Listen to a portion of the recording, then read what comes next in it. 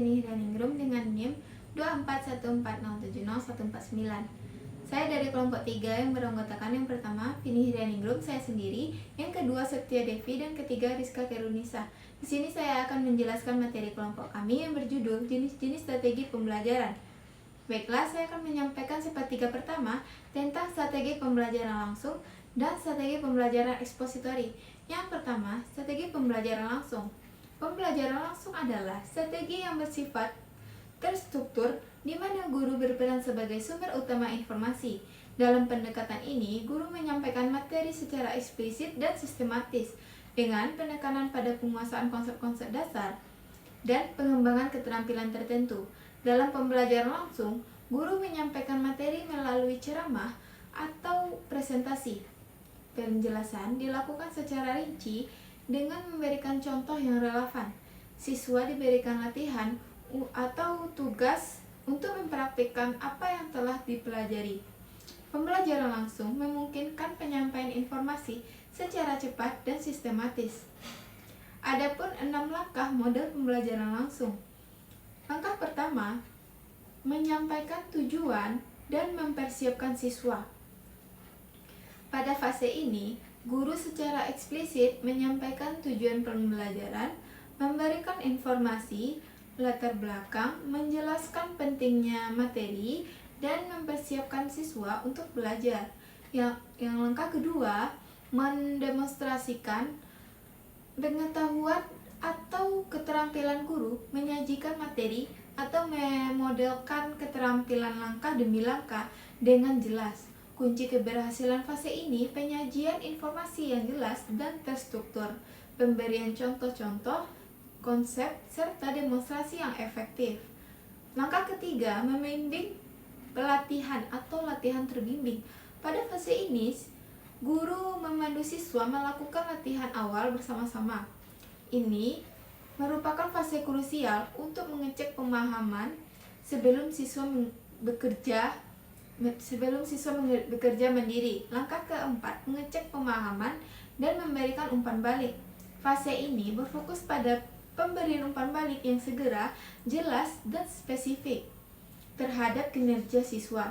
Guru juga mengajukan pertanyaan-pertanyaan untuk menilai tingkat pemahaman siswa. Langkah kelima, memberikan latihan mandiri. Fase ini dapat dilalui siswa jika telah menguasai tahap-tahap pengerjaan tugas sebesar 85% sampai 90% dalam fase latihan terbimbing. Langkah keenam, memberikan latihan lanjutan dan penerapan. Beberapa sumber menyebutkan langkah kelima dan keenam dapat digabung. Namun, secara konseptual, fase ini merupakan perluasan dari latihan mandiri. Selanjutnya, kelebihan strategi pembelajaran langsung. Yang pertama, efisien dalam waktu dan cakupan materi, karena guru berperan sebagai penyampai informasi utama secara terstruktur. Sejumlah besar materi, faktual, dan prosedural dapat disampaikan dalam waktu yang relatif singkat. Yang kedua, guru memiliki kontrol penuh terhadap proses belajar. Guru dapat mengarahkan jalannya pembelajaran secara ketat, memastikan setiap siswa mengikuti alur yang sama. Yang ketiga, struktur pembelajaran jelas dan prediktabel. Sintak yang lutut dari tujuan demonstrasi hingga latihan, memberikan kepastian bagi siswa. Yang keempat, umpan balik diberikan secara segera dan spesifik. Dalam fase ini, latihan terbimbing, guru dapat langsung mengoreksi kesalahan siswa saat itu juga. Yang kelima, sangat efektif untuk mengajarkan pengetahuan prosedural. Model ini terbukti ampuh untuk keterampilan yang membutuhkan langkah-langkah berurutan seperti operasi hitung, matematika, atau cara menggunakan alat laboratorium. Yang keenam, memberikan fondasi kuat untuk pembelajaran lanjutan. Dengan penguasaan konsep dan keterampilan dasar yang solid, siswa memiliki bekal yang cukup untuk kemudian terlibat dalam model pembelajaran yang lebih kompleks dan konstruktivistik, seperti pemecahan masalah atau proyek. Yang ketujuh, meningkatkan rasa percaya diri siswa, karena pembelajaran dilakukan secara bertahap dengan dukungan penuh dari guru. Siswa sering mengalami keberhasilan kecil, misalnya mampu mengikuti langkah demonstrasi. Selanjutnya, kekurangan strategi pembelajaran langsung. Yang pertama, siswa cenderung pasif. Model ini didominasi oleh peran guru sebagai pusat informasi. Yang kedua, kurang mengakomodasi perbedaan individu. Penyampaian dan kecepatan belajar ditentukan secara seragam oleh guru. Yang ketiga, transfer pengetahuan dan kreativitas rendah. Latihan yang sifatnya rutin dan terpola membuat siswa terbiasa mengerjakan soal-soal standar. Yang keempat, pembelajaran terasa monoton dan kaku. Sintak yang selalu sama jika digunakan terus-menerus dapat membuat suasana kelas yang membosankan. Yang kelima, sangat bergantung pada kemampuan guru. Kualitas hasil pembelajaran sangat ditentukan oleh kemampuan guru dalam mendemonstrasikan, menjelaskan dengan jelas dan memberikan umpan balik yang tepat. Yang keenam, kurang mengembangkan keterampilan sosial dan kolaborasi.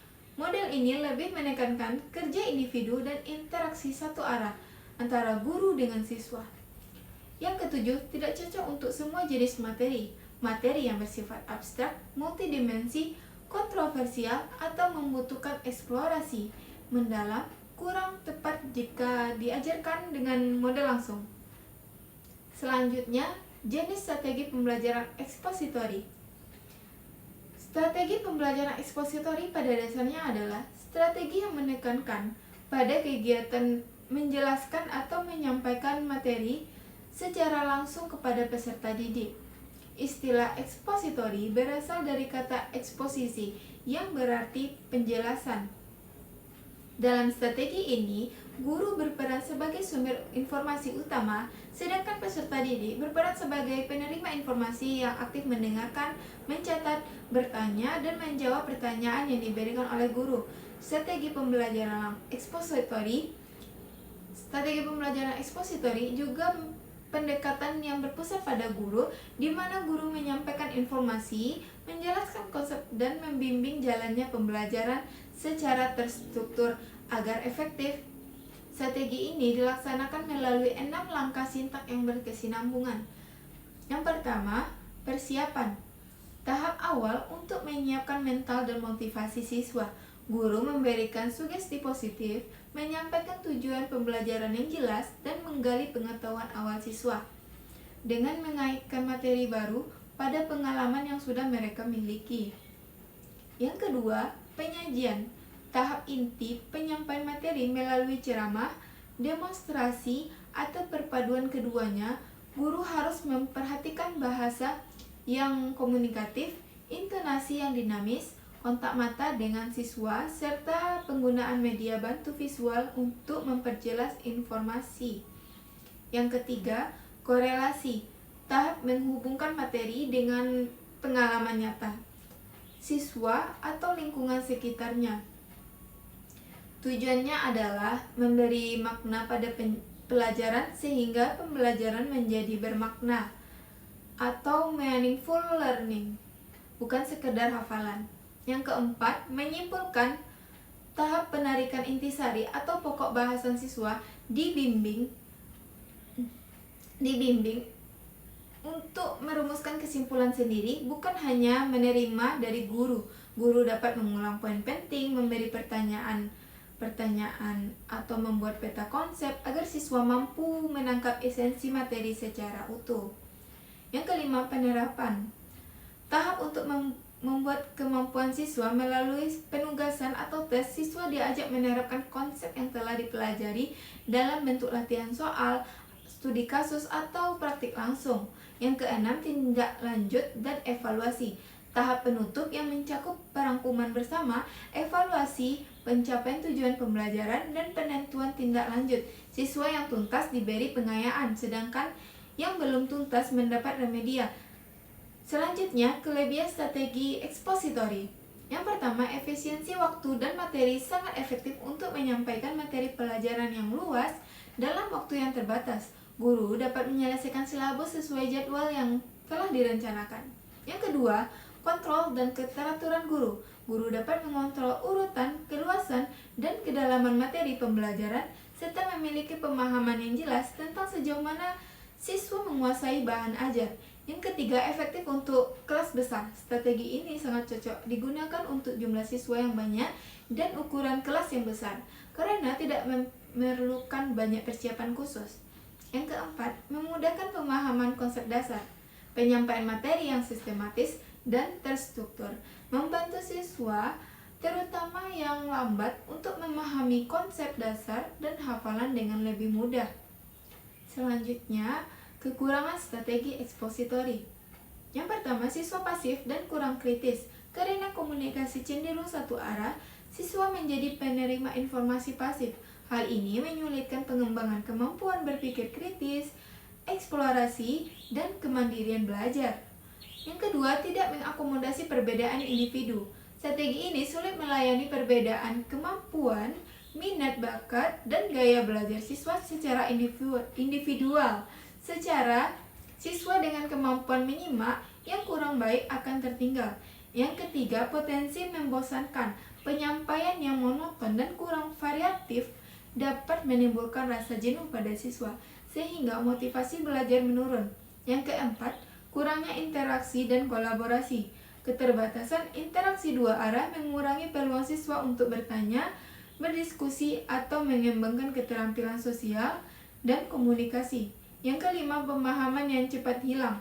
Materi yang hanya disampaikan secara verbal cenderung lebih cepat terlupakan oleh siswa karena mereka hanya mengandalkan satu indera pendengaran dan lebih banyak dituntut untuk menghafal. Sekian penjelasan materi dari saya. Saya akhiri. Wassalamualaikum warahmatullahi wabarakatuh.